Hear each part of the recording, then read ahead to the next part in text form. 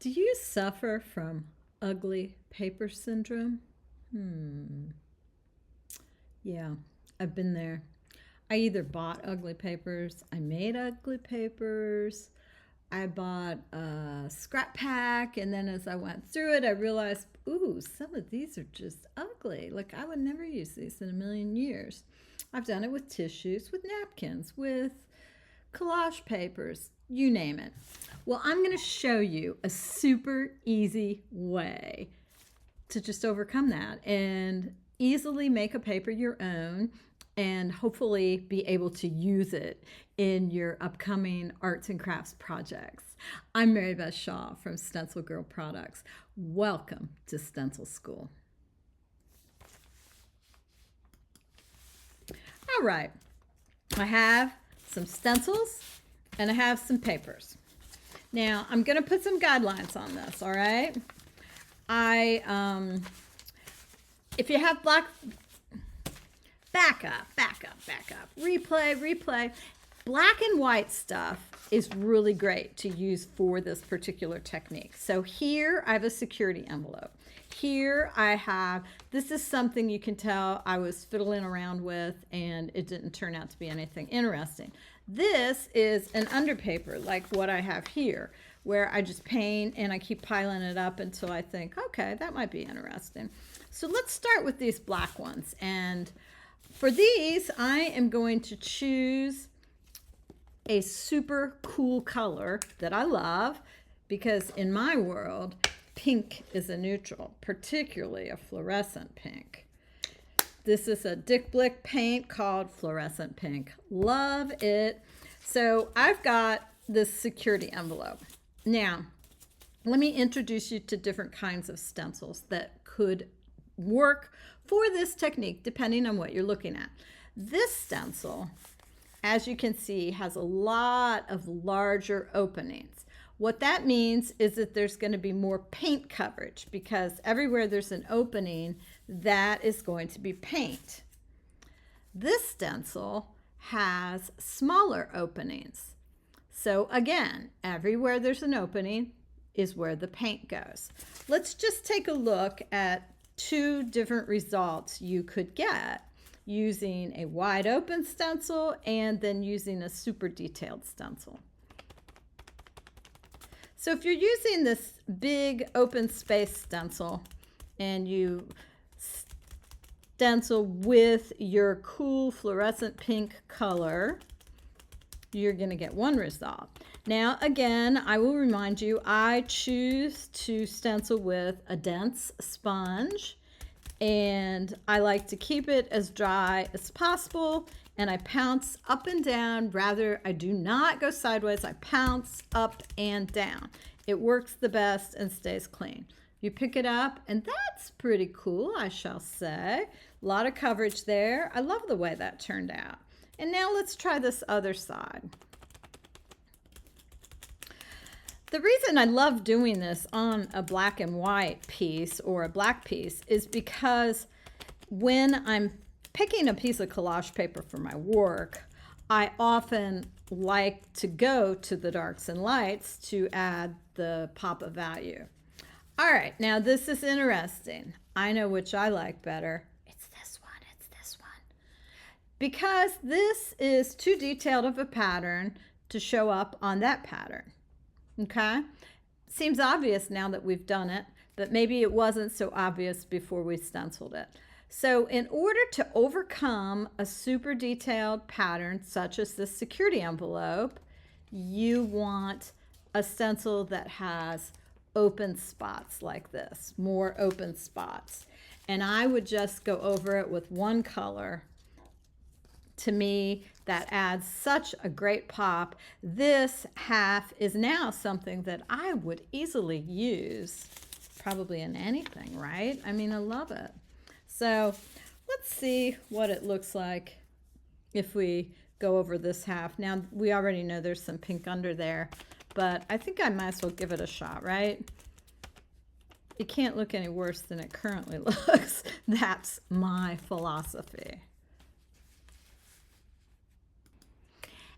look at how great that came out. I'm really glad I did that because both sides of this now are going to be useful for collage papers in the future.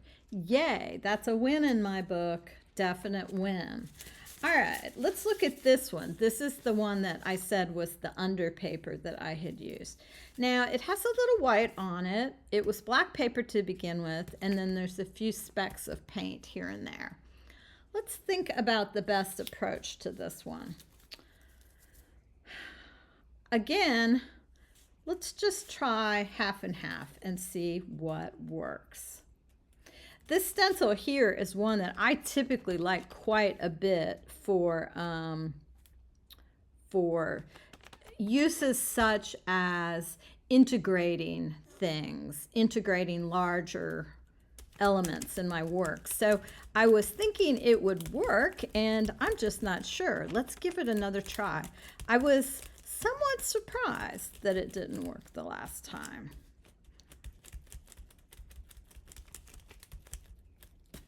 All right, so there you go again. And I would say it's actually quite interesting. If you take a little snip, I think that that is something I would use in my work for sure. Now, I have another idea about this one though. I'm thinking I'm going to put some white over top of it using the same stencil and see what happens there. Because that pink against the black is not really giving me the pop I want. Oh, look at that though. That's rather interesting. Then let's try just a tiny bit of the pink. I was trying to make this easy, but you know I can't help myself. I just keep going sometimes with the layers because, well, that's what I do. And let's just randomly do it. Let's not stencil the whole bit. Let's just do a little random. And look at that. Again, working back into an area where I would definitely use that whole sheet for sure. I love that. I do like the idea of adding some white underneath there. I've got an idea. Let's try putting this one down with the bigger spaces. First, we're going to use it all over this section.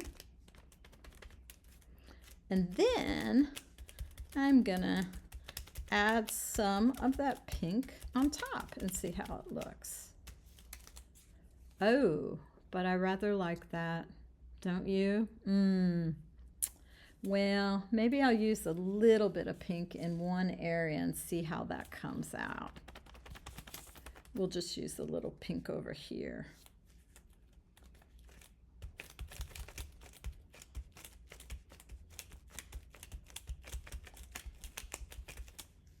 This is a great way. Oh, that looks kind of cool too. This is a great way to experiment with some of the so-called ugly pages. And then that way, you know, there's nothing to lose, because if it starts out as a page you're not happy with, why not just keep going? And especially if it's something like discarded mail, like a security envelope. I mean, you can really just can't go wrong with that. All right, let's try a couple manufactured papers. These are tissues that came in a package that I got, and you know, I thought I would love everything in the package, and as it turned out, I just didn't. That's all I can say. I just didn't. So let's see what we can do to make this a little bit more interesting. I think, okay, so let's look at the paper and analyze it. This has tons of tiny little linear marks all over it. They're feathers, in fact.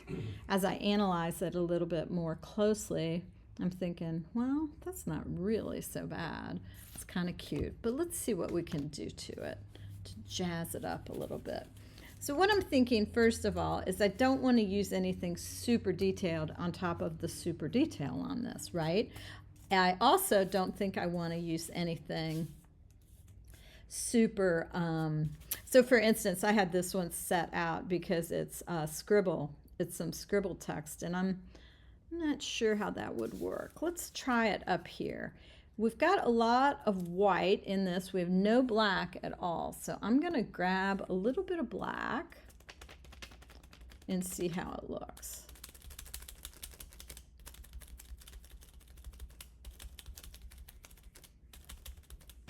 All right. Oh, now that is very fascinating. It completely obliterated what was underneath it, which if you look at it, well, that's not so unexpected, right? It has some very large openings in this 4x4 stencils. So that is actually pretty cool what happened there. And I like that a lot. But I want to see what else I can do with this. So I'm going to set this stencil aside and let's try this one. This is a replication of Knitting designed by Pam Carricker. Let's take a look at how it would look in black.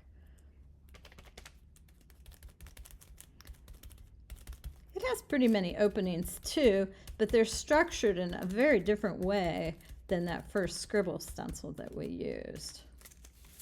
Oh, wow. I love how that turned out. I am actually very, very happy with that. I've used this stencil a lot, as you can see from all the paint on it, because I don't really wash my stencils. And I love how it pops those underneath colors. That is a total win. And I actually like it with the two different designs on it. Awesome. All right, so let's take a look at this one. Again, this one is has a lot of white and some blue, but no black. Now here's the thing. I don't think I would want black on this one because it's got that dark blue. I do think that the pink might be the power shot here.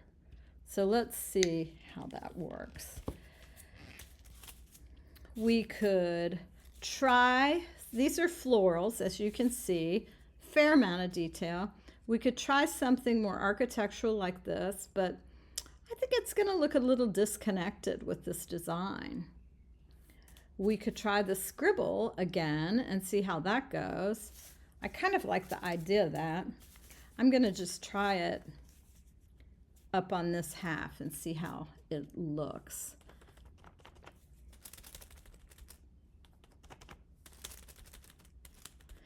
You know, when I am working in my journal, I am frequently reaching for little collage bits just like this to fill in here and there on my journal. So that's why I love making these tiny little parts. Oh, that's kind of cool. I would have to say that the pink does not pop that the way I was expecting. So I'm not in love with it. Okay. I'm wondering about trying the knitting one on this bottom again with the black, even though I said I wasn't going to use the black. Or let's try something different and go way white with it. Let's see what happens. Remember our rule. If it's already ugly and you're not going to be using it, you got nothing to lose by painting it. So there you go, some white. Oh, and look at that. That white from underneath pops out, and it has a very interesting push-pull, I think, especially with the navy. So I do like that. Very fun. Now, these are two more pages that I just happened to be messing around with, and this one is on like a craft paper. I can see I was using stencils here in the background, but I can't even tell what I was doing. It's so obscure. So I'm going to go back to my old favorite, which is adding some black. And I think I'm going to use this kind of architectural look. This has so many open places that there's not a lot of color that's going to pop through. You know what? Let's go to this one for this, because I think that this color is strong enough to survive with this black over top.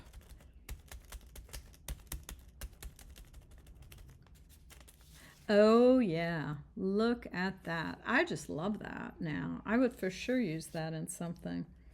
I'm going to put a little bit down here.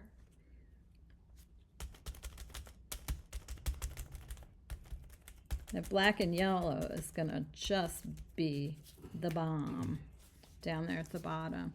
And I'm probably going to leave this like that because I think this looks very cool. Let's go back to this craft paper one and see what we're going to do. This one is somewhat of a conundrum for me. I'm not quite sure where I want to go with it. I thought I might want to use this. This is a super detailed stencil. Maybe with the black it would work. Let's give it a shot.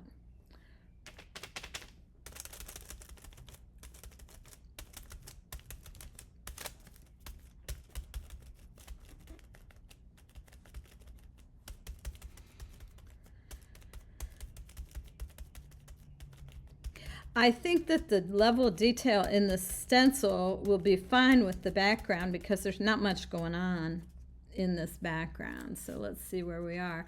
Oh, wow. Yes, yes, yes. I really like that. So I'm going to tear this one down to a square and call her done. I hope that you found this useful, how you can take some papers that you're not happy with and move them in other directions and come up with some really cool results. I know I, for one, had a lot of fun showing you these techniques, and I can't wait to get journaling and play with them a little bit more. Thank you so much for watching Stencil School. See you next time.